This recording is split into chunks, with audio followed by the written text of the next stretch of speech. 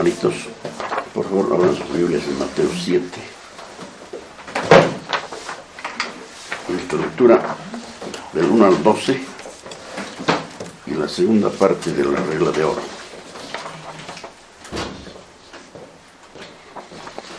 Mateo 7 del 1 al 12. Mateo 7, 1 al 12.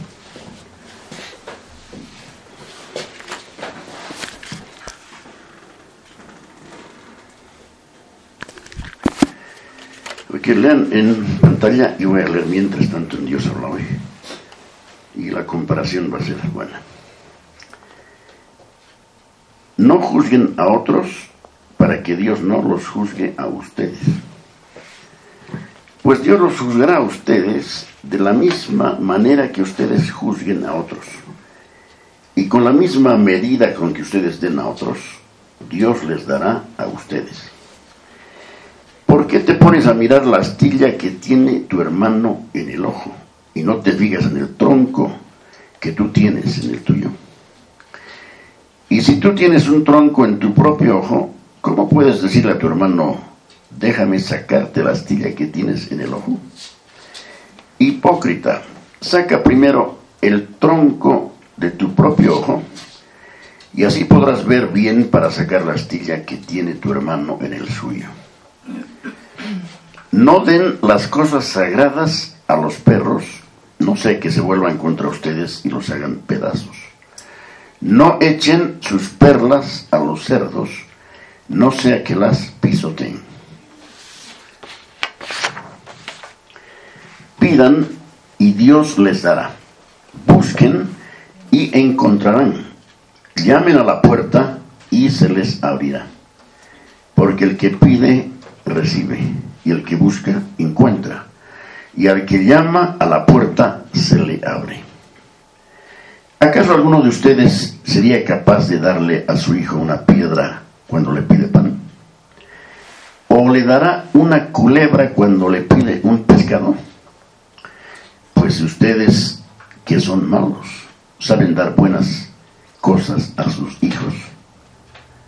¿Cuánto más su Padre que está en el cielo dará cosas buenas a quienes se las piden?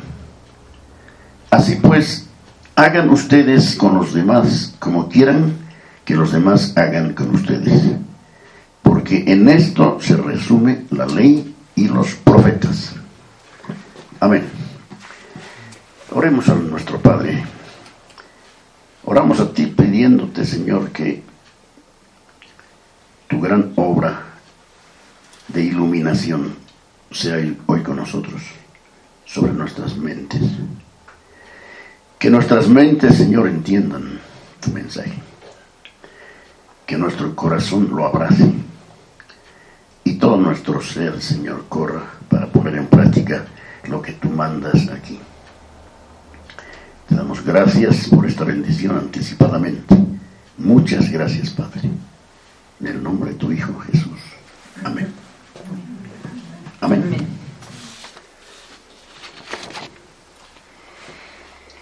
Ok, vamos a hacer un repaso breve de la anterior semana.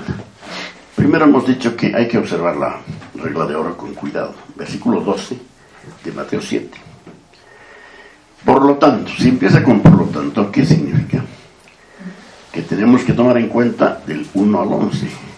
O sea que este versículo suelto es un peligro como cualquier otro. Siempre hay que leer y entender los textos bíblicos en su contexto, ¿no? Entonces, lo primero es por lo tanto, lo que acabamos de leer. Luego dice, todo lo que queréis que los hombres hagan con vosotros, así también vosotros con ellos. Eso quiere decir que voy a comenzar conmigo, no con ellos. Porque lo que yo quiero que se me haga, eso voy a hacer en ellos. Lo que no quiero que se haga conmigo, esto evitaré hacerlo con otros. El orden es yo y ellos. Ahora, en Reina Valera termina con esto, porque esto es la ley y los profetas. ¿Qué quiere decir? Este es en Dios habla hoy sale más claro, es el resumen de todo lo que Dios enseña en la ley, son 513 mandamientos, y los profetas. Y hemos visto que solo Dios tiene la capacidad de resumir en una frase todo un enorme libro de la ley y todos los libros de los profetas. Por eso el que cumple esta regla de oro ha cumplido la ley y los profetas. Esa es la idea de la comparación. Estamos entonces frente a esta hermosa regla de oro. Mateo 7:12 se la conoce como la regla de oro. Resume las palabras de Cristo. Esas palabras que Cristo ha dicho varias veces: ama a tu prójimo como a ti mismo, están resumidas en Mateo 7:12. El mandamiento es el qué. ¿Qué? Ama a tu prójimo como a ti mismo. Y la regla de oro es el cómo. Por favor, separemos las dos cosas. El mandamiento es qué vamos a hacer. Señor dice: ama a tu prójimo como a ti mismo. ¿Cómo? La regla de oro. Una vez más, ¿qué dice? Todo lo que quieras que los hombres hagan contigo, así haz tú con ellos, porque esto es la ley y los profetas. Ahora, cualquiera puede admirar la regla de oro, ¿no es cierto? Porque es admirable. Además la dijo el Señor Jesús, o sea que es plena verdad, ¿no? Pero solo admirarla no sirve, hay que obedecerla. Hay una clave para no dejar esta preciosa regla de oro archivada en el olvido. Hay una clave, ¿cuál es? Empezar a trabajar con ella haciendo las dos listas. La primera es lo que quisiera que se haga conmigo. Tienes que escribir y anotar. En otra hoja haces otra lista que diga lo que no quiero que se haga conmigo. Eso se anota y eso es lo que tú no vas a hacer con nosotros. Entonces hay que comenzar con las listas. Luego, hacer algo ya con alguien, por lo menos con una persona, o con una familia, o con unos amigos. Y ya empezamos a vivir la regla de oro. Entonces, hermanos, empezamos a valorar las vidas de las personas y las tratamos como queremos nosotros ser tratados. No las trataremos como nosotros no quisiéramos ser tratados. En el ejemplo que hemos visto la anterior semana del buey extraviado y su devolución, ¿se acuerdan? Esa es solo una ilustración del gran principio que estamos viendo, de tratar a nuestros congéneres como quisiéramos ser tratados. Si descuidamos el espíritu de la ley, nos extraviamos de inmediato. Porque devolver un buey mecánicamente había sido malo, ¿no? Dios no quiere. Encontré el buey, lo devuelvo, qué bien, he cumplido. No. El espíritu de la ley es el amor. Voy a pensar en mí y mis bueyes, en mi amigo y sus bueyes, mi vecino y los suyos.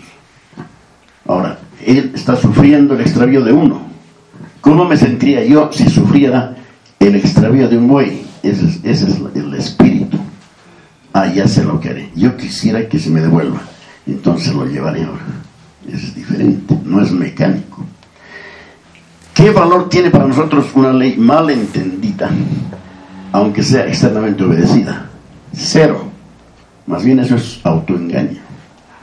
Obedecer una ley mecánicamente es un autoengaño, porque Dios no lo ha de tomar como Él lo ha mandado.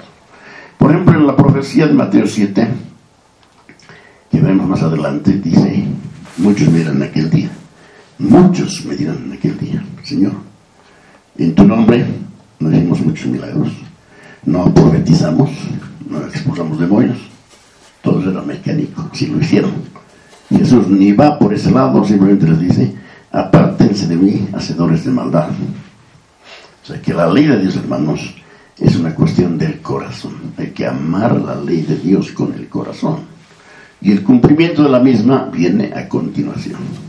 Pero sin amarla no sirve para nada. Dios no la pondera en ninguna manera.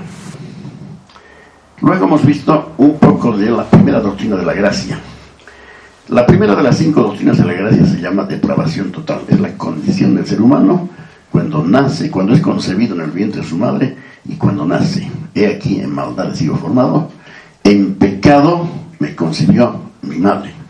Es una condición, es un estado del ser que está en tremenda desventaja delante de Dios, bajo juicio. Es una cosa seria el estado del hombre en Adán, ¿no? Y si ese hombre o mujer no procede a arrepentirse y creer en Cristo, entonces va a morir en esa condición, lo cual significa que va a llevar sus pecados. Romanos 8:7. Romanos 8:7 voy a leer en la Biblia textual número 2. Es muy parecido a la Reina Valera y dice lo siguiente: porque la manera de pensar de la carne es enemistad contra Dios, pues no se sujeta a la ley de Dios, porque tampoco puede. O sea que esto de los designios de la carne, eso de designios de la carne, de los que habla Pablo, quiere decir la manera de pensar del humano caído en Adán. Esa manera de pensar y de resolver las cosas de la vida es directamente enemistad contra Dios. No puede obedecer la ley de Dios, no se sujeta y tampoco puede hacerlo. Ahora, esa era la condición de todos los cristianos antes. Veamos en Efesios 2:12. Esto también hemos visto, y la comparación es tremenda de parte del apóstol Pablo. Vamos a leer en realidad 12 y 13. Efesios 2, 12 y 13. En aquel tiempo estabais sin Cristo. Eso no hacía sonar grave, ¿no? Estabais sin Cristo, alejados de la ciudadanía de Israel y ajenos a los pactos de la promesa, sin esperanza y sin Dios en el mundo. Ese es un cuadro trágico. Pero no se quedó ahí, porque todo creyente en Cristo se beneficia del versículo 13 con gran alegría, que dice: pero ahora en Cristo Jesús, vosotros que en otro tiempo estabais lejos, habéis sido hechos cercanos por la sangre de Cristo. Hermanos, esta es una expresión muy fuerte, muy valiosa.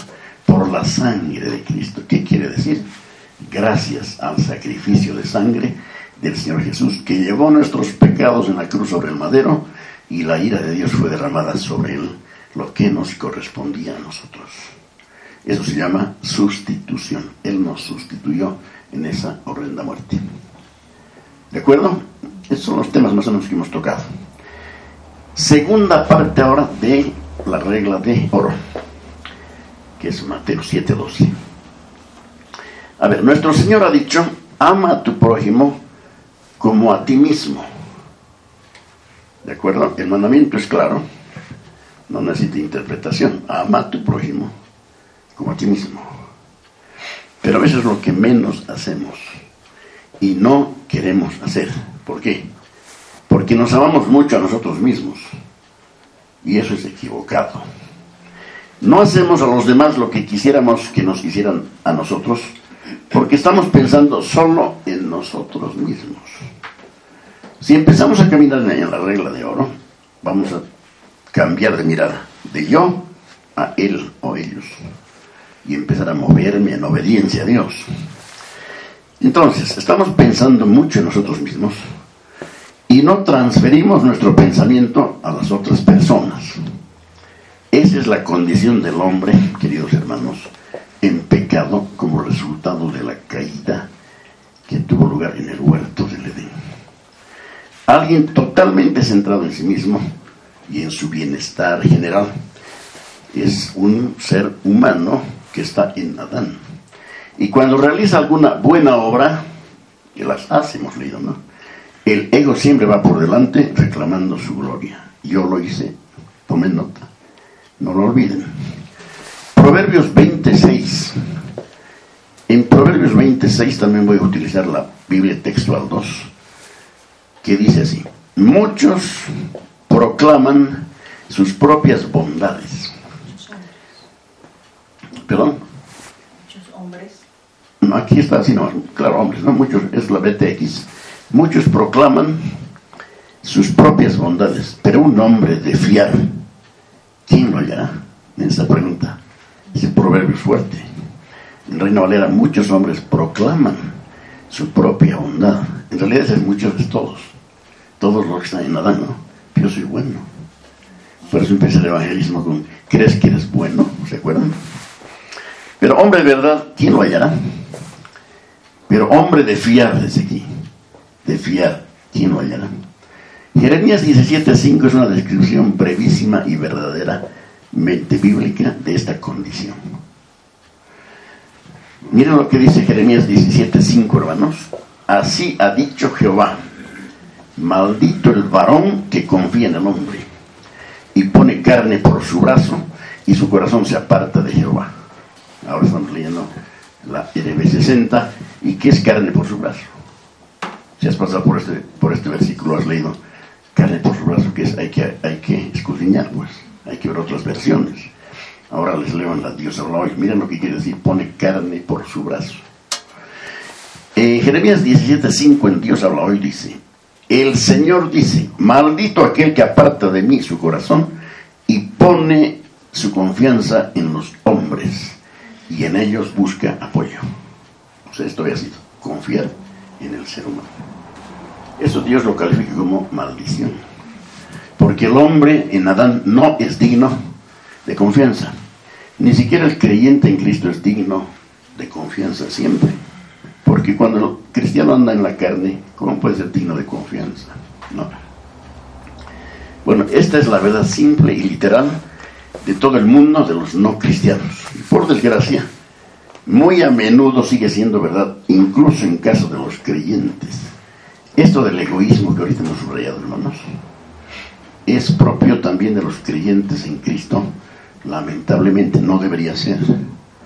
Pero ¿cuánto creyente en Cristo está pensando mucho en sí mismo y sus intereses? Honestamente decimos, aquí estamos, ¿no? Instintivamente todos somos egocéntricos. Estamos resentidos por lo que se dice o se piensa de nosotros, ¿no? Nos resiente que hayan hablado del mal de nosotros, pero parece que nunca nos damos cuenta de que a otras personas les pasa lo mismo. Les pasa lo mismo, pero no nos damos cuenta porque no pensamos en las otras personas. ¿Se acuerdan de esa recomendación? ¿Has oído o te has enterado que alguien está hablando muchas barbaridades sobre ti? Y después le dice, pero no te preocupes, tú eres peor que eso. ¿Se acuerdan? Hermanos, es la verdad. No debería ofendernos nada, porque venimos de un tremendo muladar. Dios nos ha traído de las tinieblas a la luz, y en esta carne que llevamos todos todavía no mora el bien, todavía no está glorificada. Así que ofenderse no tiene mucho sentido, ¿ya? El cristiano que no se ofende está andando en el Espíritu, porque se está diciendo ciertas cosas verdaderas de él. Bueno, entonces el fracaso del hombre en cuanto a vivir la regla de oro se debe, hermanos, al egocentrismo. Estoy pensando en mí, porque para vivir Mateo 7:12 debo pensar en otros, empezar a pensar en otros. En último análisis, ¿no es esa la verdadera causa de los problemas, por ejemplo, en las disputas laborales? ¿No es cierto? Por ejemplo, una parte dice, estamos reclamando un legítimo derecho. Y la otra parte replica y dice, bueno, si ellos obtienen más, nosotros tendremos menos. Siempre es el yo bailando en el escenario. Esa es la desgracia del ser humano sin Cristo. Su yo es su Señor y Él es su esclavo. Y entonces hay una pugna porque cada uno piensa únicamente en sí mismo. Ha habido siempre en la historia luchas meritorias y justas, no podemos negar eso. Pero la amargura siempre viene, ¿no?, a causa del pecado y de ese yo aborrecible. Si fuéramos lo suficientemente honestos como para analizar nuestra actitud hacia todas estas cuestiones, ya sean, ahora pueden ser no solo laborales, políticas, por ejemplo, asuntos sociales, económicos, familiares, etc., descubrimos que todo se reduce a este mal. Yo, ¿se acuerdan de la entrevista? Todavía estoy buscando el nombre, quiero acordarme del nombre, pero un hombre fue entrevistado y le dijeron, señor, estamos haciendo una encuesta, por favor, una sola pregunta. Sí, adelante. ¿Por qué usted cree que el mundo está tan mal? ¿Cuál es la causa? Y el hombre respondió, yo. Y acabó la entrevista. Eso es muy espiritual. O sea, calificarse uno de la causa de los males del mundo, porque yo soy, claro que no soy la única causa, pero yo contribuyo por mi egoísmo. El egoísmo, hermanos, tenemos que verlo, es tremendamente malo. Hay que verlo, es necesario. Y el cristiano ha visto eso, como veremos a continuación. Por ejemplo, cada nación proclama sus derechos, ¿sí o no? ¿No? Están escritos en los himnos nacionales, ¿o no? No conocemos muchos himnos, pero estamos seguros que siempre hablan de sus derechos. En mi país, se dice, ¿no? Mi derecho, y los de la otra nación dicen lo mismo. Sí, pero nosotros y ustedes, y por ese egocentrismo hay las guerras, tremendas guerras, hermanos, por palabras que se dicen, porque el yo está ahí prevaleciendo. ¿Recuerdan ustedes la frase, morir antes que esclavos vivir? ¿Dónde es esa frase? En el himno, ¿no? Morir antes. Es ridículo que un esclavo cante eso, ¿o no? A ver, que un esclavo esté cantando morir antes que esclavos vivir, como si fuera libre. Los judíos le dieron al Señor en una ocasión: nunca hemos sido esclavos de nadie. No vas a poner, pero está en Juan 8. Dice, nunca hemos sido esclavos de nadie. Es que el Señor nos había dicho, si ustedes permanecen en mi palabra, serán verdaderamente mis discípulos. Y conocerán la verdad, y la verdad los hará libres. Escuchen eso. Y conocerán la verdad, judíos, ustedes, los maestros de Israel, y la verdad los hará libres. Ahí le dijeron, ¿cómo quieren la verdad nos hará libres? Nunca hemos sido esclavos de nadie. ¿Será? 400 años esclavos en Egipto, 70 años en Babilonia, y la propia esclavitud de su ego. Hermanos, vivimos en una tremenda esclavitud. ¿Ya? El Mateo 7:12, que es la regla de oro, es una luz hermosa para todos nosotros. Amemos esas palabras. Ahora, todas las disputas entre individuos, o entre sociedades, o entre naciones, o grupos de naciones, al final se reducen en esto del ego nomás. La solución de esta situación es esencialmente teológica. Está en la Biblia. Dios tiene algo que decir y es lo único que cuenta. Porque las soluciones humanas son simplemente enunciados, no producen nada. Subrayando el tema, tenemos lo siguiente. Todas las conferencias y propuestas sobre el desarme armamentista, por ejemplo, y todo lo demás, quedarán en nada mientras haya pecado en el corazón. O sea, si las naciones se ponen de acuerdo a través de digamos, se ponen de acuerdo para el desarme, ¿no? Y de alto la guerra, no vamos a pelear más así. Vamos a hacer acuerdos, vamos a hacer pactos. Eso no sirve mientras la realidad del ser humano adámico esté ahí. No se puede. ¿Qué es lo primero que hizo el primer hijo de Eva? Cometer un asesinato. Muy fácilmente mató a su hermano. Y cuando Dios le preguntó sobre su hermano, dijo, ¿acaso soy guarda de mi hermano? Hermanos, así de atrevido es el ser humano para con Dios, el ser adámico. Entonces, no hay solución de las resoluciones de los hombres, porque los hombres siempre estarán tratando de controlar a los individuos y a las naciones, pues ese es el deseo de muchos magnates hoy. El fracaso en la aplicación de la regla de oro se debe únicamente entonces a la caída y al pecado. Un hombre adámico odia Mateo 7:12. ¿Cómo voy a hacer esto? Pero un hombre cristiano ama este mandamiento. Ahora pongamos esto en positivo. ¿Cómo es posible que alguien ponga en práctica esta regla de oro? Veamos cómo. La pregunta realmente es, ¿cómo puede nuestra actitud y conducta ajustarse alguna vez a lo que dice aquí nuestro Señor? ¿Cómo puede ajustarse nuestra actitud y nuestra conducta a lo que el Señor acaba de decir en Mateo 7:12? La respuesta del Evangelio es que el hombre tiene que comenzar por Dios. Empezar por Dios. Mateo 7:12 tiene que empezar por Dios. Veamos cómo. ¿Cuál es el mayor mandamiento de todos? Vamos a leer una vez más. Mateo 22, 37 y hasta el 39 vamos a leer.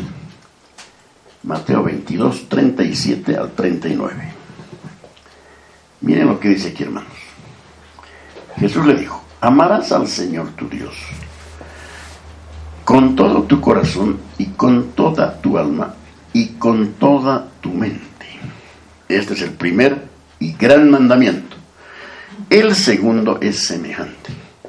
¿Se acuerdan? Amarás a tu prójimo como a ti mismo. Perfecto. Me acuerdo que también hemos tocado este punto. No necesitamos cultivar el amor propio para amar al prójimo, porque se enseña en iglesias cristianas, evangélicas, se enseña: hermano, Dios manda que ames a tu prójimo como a ti mismo, así que aprende a amarte. Ese es otro absurdo, porque el hombre se ama naturalmente, eso es automático. El egoísmo está ahí, nos amamos más de lo necesario, y ahí estamos, hermanos, pataleando con ese mandamiento del Señor. Pero no es necesario. Dios ha mandado que amemos al prójimo como uno mismo, es la ley de Dios. Ahora, bienaventurados somos si vemos la luz de la ley de Dios, de la palabra de Dios. Ahora veamos el orden. No empiezas con tu prójimo, sino con Dios. Y ninguna relación entre humanos en este mundo será correcta. Sea entre personas, familias o naciones, hasta que todos empecemos con Dios.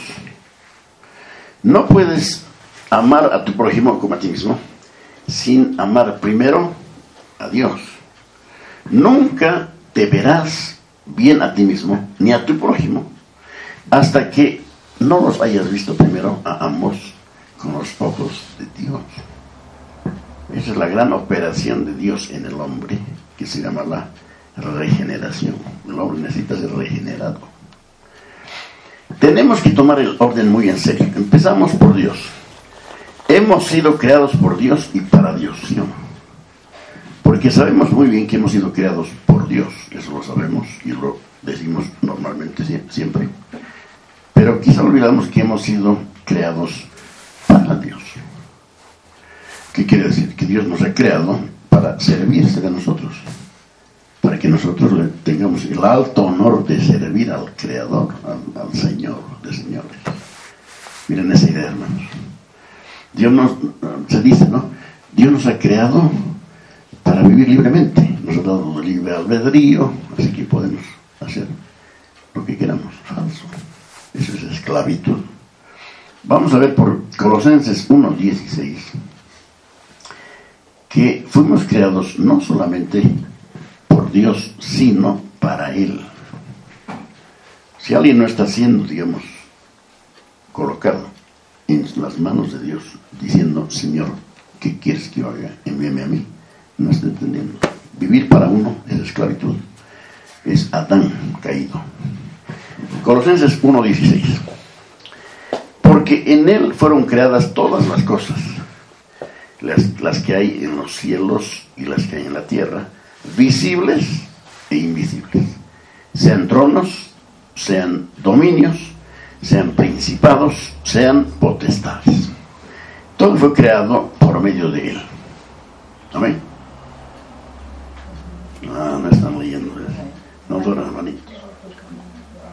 Todo fue creado por medio de Él y para Él. Pero ¿se entiende? No solamente fuimos creados por medio de Cristo, sino para Él. No somos de nosotros, somos propiedad privada de alguien, el que nos ha comprado. Creado primero, redimido después, que es comprado. Y somos su propiedad. Entonces, vivir fuera de esta realidad de que Él es el Señor no es cristianismo. ¿Cómo termina el libro de los jueces, Antiguo Testamento? No había Dios, no había rey en Israel en aquellos tiempos, así que cada uno hacía lo que bien le parecía. ¡Qué desgracia!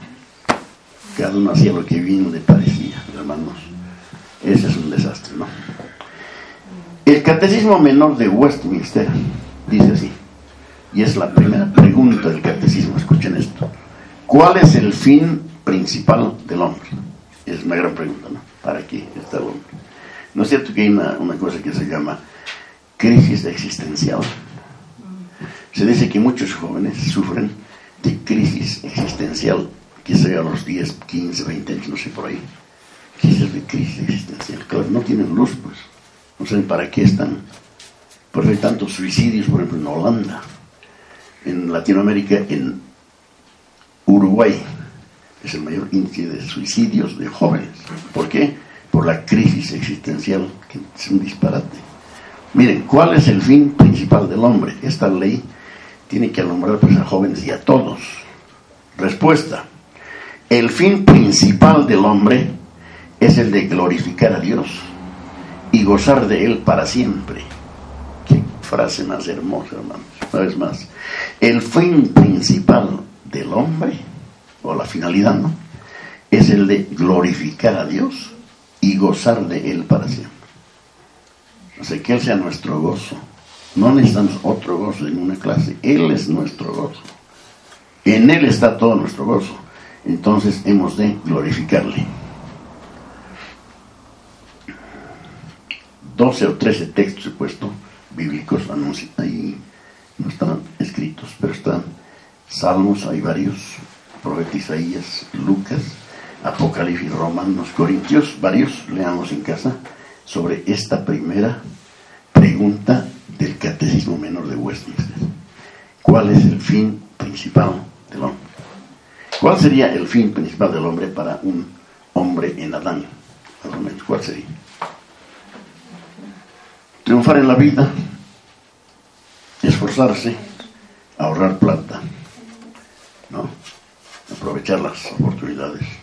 Tenemos que avanzar, tenemos que correr, hermanos, ¿no? Nada, hay que tirarse a los pies de Dios y decir: aquí estoy, ¿qué quieres que haga? Ese es el fin principal, glorificarle. Esa es la vida, hermanos. En todo lo que hagamos, démosle gloria. Si estamos haciendo algo que no le está glorificando a Dios, está mal. Renunciemos a eso y gozar de Él para siempre. Amén. ¿Qué les parece? Entonces empezamos con Dios. Nos apartamos de todas las peleas, disputas, problemas, y le miramos a la cara y decimos: Señor, quiero verte en toda tu santidad, quiero ver tu omnipotencia y en todo el poder de tu creación. Claro, estos son atributos que conocemos, ¿no? Él es todopoderoso. Y nos humillamos ante ti. Tú eres digno de ser alabado. Y solamente tú. Nos empieza a mantener una quietud. Señor, aquí estoy. Pero es a solas. Aquí estoy. Ahora, ¿será cierto eso, hermano? Él es digno de ser alabado. ¿Alguna duda? Creo que no, creo que no. Yo tampoco. Él es digno de ser alabado. Y solo Él. ¿Alguna duda? Solo Él es digno. Nadie más. Solo es digno Él de ser alabado. Lo cantamos todo el tiempo, ¿o no? En nuestras canciones siempre está esto. Pero ¿creemos lo que cantamos? Si la respuesta es sí, ¿cómo lo estamos aplicando? Qué confrontación, ¿no? Por ejemplo, tú has cantado hoy día, me dice alguien, alabado seas para siempre. ¿Crees que eso es verdadero? Yo digo, claro, no, soy cristiano. Y dime una cosa, hermano, si crees, ¿cómo lo estás haciendo? ¿Cómo estás dando gloria a Dios? Ahí está la pregunta. No podemos ser teóricos, la ley de Dios es práctica, es real. Ahora, y sabiendo que a sus ojos incluso las naciones no son más que saltamontes, según ese texto, y como el pequeño polvo de la balanza, pronto empezamos a darnos cuenta de que toda la pompa y la gloria del hombre se convierten en nada cuando vemos verdaderamente a Dios. Ahora, esto de ver a Dios ya hemos hablado, no es con estos ojos, no podemos ver ni el sol. Es una mirada espiritual. Una mirada a Dios lo cambia todo. Hay que mirar a Dios. Veamos cómo. En palabras resaltadas tengo aquí. Y además empezamos a vernos a nosotros mismos como pecadores tan viles que no tenemos ningún derecho ante Dios. ¿Cómo sucede esto? Este era un diálogo con una persona hace unos días. Hay que conocerse, el hombre tiene que conocerse, claro, eso es verdad. Hay que conocer a Dios y el cristiano debe conocerse. Es muy necesario, hermanos, conocernos. ¿Están de acuerdo? Hay que conocerse. Vamos a ver ahora, miren. Empezamos a vernos a nosotros mismos como lo que somos. ¿Qué? Viles pecadores. Que no tenemos ningún derecho ante Dios, ¿sí o no? ¿Quién puede decir, Señor, yo tengo derecho a esto? No tenemos derechos en absoluto delante de Dios. Así es la realidad humana. Esta no es solo la enseñanza de la Escritura, está ampliamente confirmada por las experiencias de todos los que han llegado a conocer a Dios en un sentido real. Es la experiencia de todo santo de Dios. Es nuestra experiencia. Veamos algunos ejemplos. Isaías dijo: ay de mí que soy muerto. ¿Se acuerdan? Isaías capítulo 6. Ay de mí que soy muerto. ¿Por qué dijo eso? Porque está escrito que cualquiera que mire a Dios muere inmediatamente, porque es fulminado pues por la luz de Dios. No se puede. Y él tuvo una experiencia de visión del trono, ¿no? Vio las faldas del templo. Y este hombre dijo: ay de mí que soy muerto, lo cual quiere decir soy desintegrado. Porque siendo hombre de labios inmundos y habitando en un pueblo de labios inmundos, han visto mis ojos al Señor, Jehová de los ejércitos. Ay de mí. ¿Qué es ay de mí, hermano? Es un lenguaje antiguo. Es un juicio a uno mismo. Es lo contrario de bienaventurado yo, que soy amado por Dios, por ejemplo. Ay de mí. Ahora, ¿quién lo dijo? El profeta Isaías, que en términos comparativos entre hombres era un santo de Dios. ¿Y qué le dijo el Señor, Isaías, al Señor a continuación? Porque él escuchó: ¿a quién enviaré? ¿Y quién irá por nosotros? Habló ahí el Señor. Isaías escuchó y dijo: yo iré, envíame a mí. Quiero tener el honor de hacer algo que tú me mandas. Qué alto. Pero ¿qué vio Isaías? Su vileza, su pecaminosidad. Otro ejemplo. El apóstol Pedro dijo en una ocasión: apártate de mí, Señor, porque soy hombre pecador. ¿Qué había pasado? Había abandonado el caminar con Cristo después de negar 3 veces a su Señor. Se había ido a pescar a su trabajo anterior, ¿no? Entonces aparece el Señor Jesús en la playa y habla con ellos: hijitos, ¿han pescado algo? No, Señor, toda la noche hemos trabajado. Aquí no hay un pez en toda la zona. Y el Señor les dice: echen la red a la derecha. Y Pedro dice: no, pues ya han buscado toda la noche, pero en tu palabra echaré la red. ¿Se acuerdan? Sacaron un montón de peces, hermanos. Ahora miren, hablando en términos naturales, Pedro podía hacer un gran negocio. Él era pescador. Vendiendo eso, o sea, sí, millonario. Pero no le interesó nada, porque tuvo una visión de Cristo. ¿Cuál fue esa visión? Verse a sí mismo. Y Cristo estaba allí, Pedro está aquí, y le dice: apártate de mí, Señor, porque estoy sucio, soy inmundo, soy pecador. Es la idea, hermanos. Hemos tenido esa experiencia, ¿o no? Otro ejemplo. Pablo, el apóstol Pablo, aleluya, en una ocasión dijo: miserable de mí, ¿quién me librará de este cuerpo de muerte? Entonces es una declaración muy espiritual, muy espiritual. Miserable de mí, porque él sabía que en sus miembros no moraba el bien, y lo dijo: yo sé que en mí, esto es en mi carne, eso es Romanos 7, no mora el bien. Porque el querer el bien está en mí, el hacerlo, el quererlo, pero no el hacerlo. No puedo. Miserable de mí. Si Pablo dice miserable de mí, ¿quién soy yo? ¿Qué voy a decir yo? Otro ejemplo ahí. El publicano. El publicano, que era un ladrón judío, servicio del Imperio Romano, que cobraba por demás los impuestos, dijo: Señor, sé propicio a mí, pecador. Inmediatamente fue justificado. ¿Qué tuvieron estos? Una visión de Dios, porque solo en Dios puedo ver lo que yo soy. Para no tener falsas esperanzas de mí, yo soy un vil pecador, todavía peco, en mi carne no mora el bien. Esa es la realidad. Y si alguien aún no se ha visto como una criatura despreciable, podemos dudar de que sea un creyente. No importa que esté en una iglesia, ¿no? Pero si alguien aún no se ha visto como una criatura despreciable en sí misma, ¿no? Despreciable, con inclinaciones perversas, entonces podemos dudar que sea un creyente en Cristo. Ningún hombre puede realmente llegar a la presencia de Dios sin decir: estoy sucio, soy inmundo, soy miserable. Esas expresiones, hermanos, son muy espirituales, porque son verdaderas. No nos acercamos a Dios con ligereza. ¿Se acuerdan de? Ustedes han oído esos que dicen que están orando, están reclamando a Dios, ordenándole a Él que haga esto y aquello.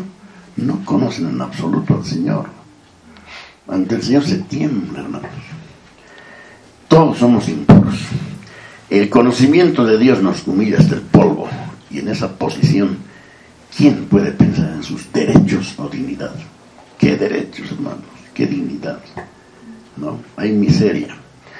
Ya no tenemos necesidad de protegernos porque nos sabemos indignos. Gloria a Dios. Cuando yo me sé, yo sé que en mí hay vileza, no tengo, hermanos, no tengo que proteger nada, porque delante de Dios estamos desnudos y nuestros ojos están, y a sus ojos estamos, hermanos, Él nos ve con toda claridad y ve en lo profundo de nuestro ser. Ya no como personas odiosas que intentan robarnos nuestros derechos. Miren esto, hermanos. El conocernos a nosotros nos ayuda a entender a los otros, sean creyentes o no. ¿Sí o no? Porque si yo, siendo creyente, soy vil, ¿cuánto más el vecino que no conoce nada del Señor? ¿Cómo puedo juzgarlo? ¿Cómo señalarlo como ridículo? Entonces, nos ayuda esta visión a ver a los otros como deberíamos ver. ¿Cómo nos miraba el Señor, hermanos? Con compasión, ¿no? Ya no nos veremos como personas odiosas que intentan robarnos nuestros derechos, por ejemplo, o que intentan tener más que nosotros mejor posición, digamos, o más fama. Habiendo visto a Dios, lo vemos como nos vemos a nosotros mismos, como engañados por el pecado y Satanás, el Dios de este mundo, y como nuestros semejantes que están bajo la ira de Dios. Ellos, como semejantes nuestros, sin Cristo, están bajo la ira de Dios. Así tenemos una visión completamente nueva de ellos. Entonces, no despreciar a un ser humano que está perdido y es, digamos, conocido, o un vecino nuestro. No despreciemos, hermanos. Y si lo hacemos, sepamos que todavía no nos hemos visto a nosotros. Hay que tener una visión nueva de ellos, y eso viene por el encuentro con una visión clara de nosotros delante de la luz de Dios. Ellos son, por ejemplo, como nosotros, ¿no? No hay diferencia, son exactamente como nosotros. Ambos estamos en una situación similar. No podemos hacer nada a no ser que juntos corramos por el Evangelio a refugiarnos en la maravillosa gracia de Dios. ¿Qué tal comenzar a disfrutar juntos y queremos compartir juntos las maravillas de Dios? Así es como funciona esto y es la única manera de hacer a los demás, hacer a ellos lo que quisiéramos que hagan con nosotros. Por ejemplo, yo estoy mandado por Dios que hacer a otros lo que quiero que haga conmigo, y ella hace eso muy bien. Pero ¿cómo funciona esto? La única forma es que yo sepa lo que soy en mí mismo, porque si me creo superior a otros, no voy a tener motivación para hacerlos, bendecirlos de alguna forma. Tenemos que vernos como somos. El género humano es malo, hermanos, porque está caído.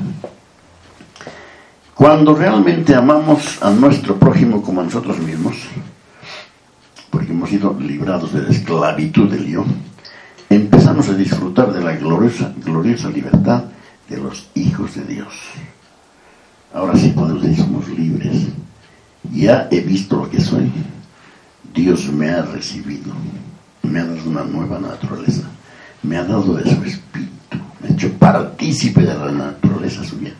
Entonces, ¿qué derechos tengo? Solo me queda andar postrado a los pies de Cristo y hacer lo que Él dice. Entonces, hermanos, el tema merecimientos es muy importante. Nada de lo que Dios ha hecho con nosotros fue por merecimiento, nada en absoluto. No, si hubiera hecho por merecimientos, ya estuviéramos destruidos para siempre. No nos dio lo que merecíamos. El Padre le dio al Hijo lo que jamás mereció: castigo, la ira suya.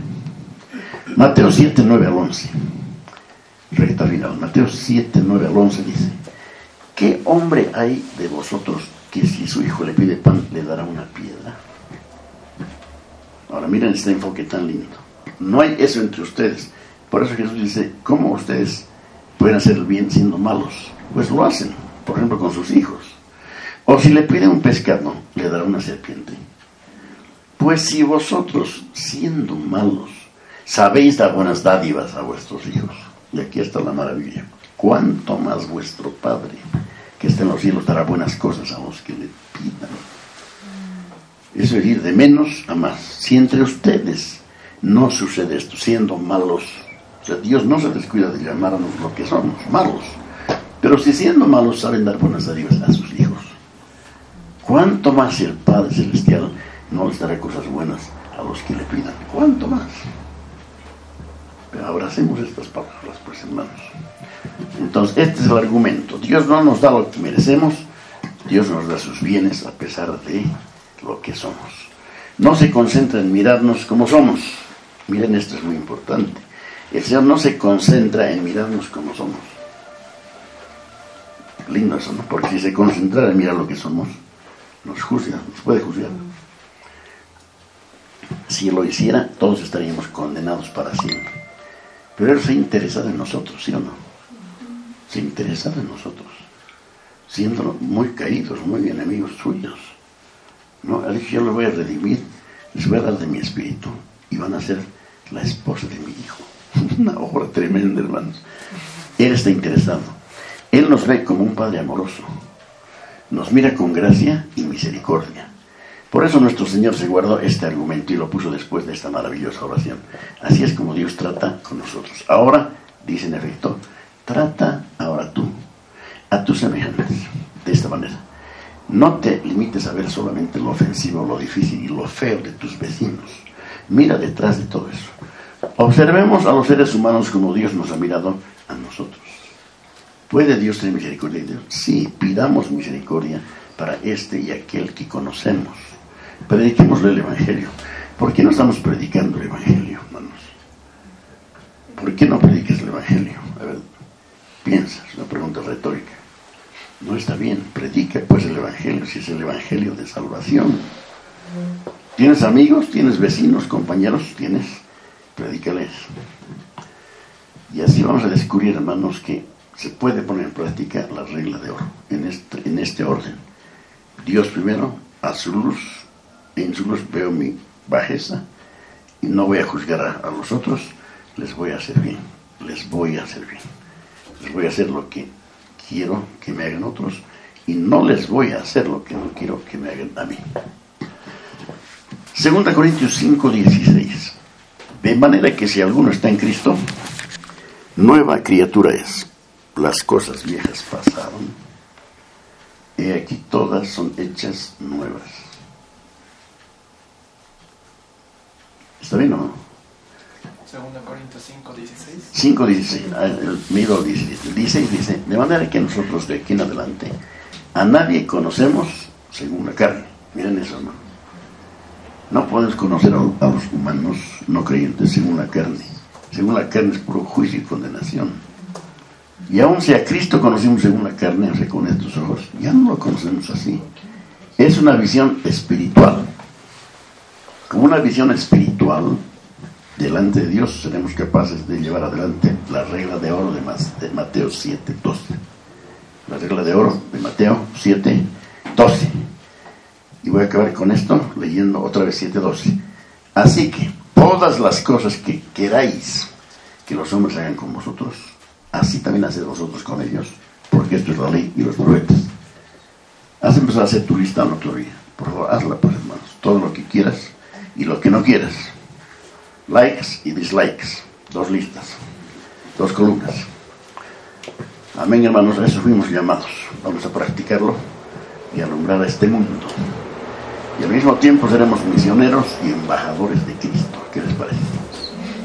Pero el misionero pues cumple una misión, ¿no? El cristiano cumple una misión. Amén, hermanos. Ahí termina la regla de oro. Y vamos a continuar con el sermón, Dios mediante, el sermón de la montaña, el domingo. La gracia de Cristo sea con ustedes.